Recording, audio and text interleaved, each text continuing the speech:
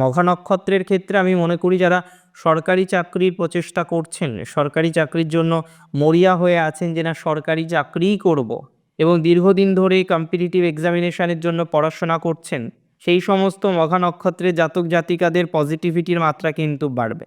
মঘা নক্ষত্রের মোটের উপর সময়টা খুব নেগেটিভ নয়।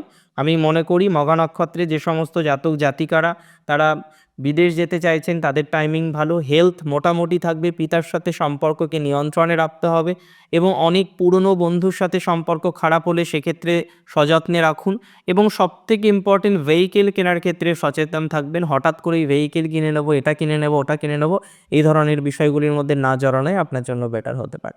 মাথায় রাখতে হবে রাশি যদি আপনার হয়ে থাকে মঘা, উন্নতির জায়গা আছে। মঘা নক্ষত্রের জাতক জাতিকাদের ডেভেলপমেন্টের জায়গা আমরা দেখতে পাবো। কিছু কিছু ক্ষেত্রে মঘা নক্ষত্রের পারিবারিক কিছু সাপোর্ট মিলতে পারে। বিয়ে সংক্রান্ত বিষয়ে যদি বাধা থেকে থাকে সেই বাধা কাটবে বলে আমার মনে হচ্ছে। মঘা নক্ষত্রের একটা জায়গা একটু ডিস্টার্ব, সেটা হলো মঘা নক্ষত্রে যে সমস্ত জাতক জাতিকাগণ তারা জলের কাজ করেন, নদীর কাজ করেন, মাছের কাজ করেন, তাদের একটু সচেতনতা রাখার প্রয়োজনীয়তা রয়েছে।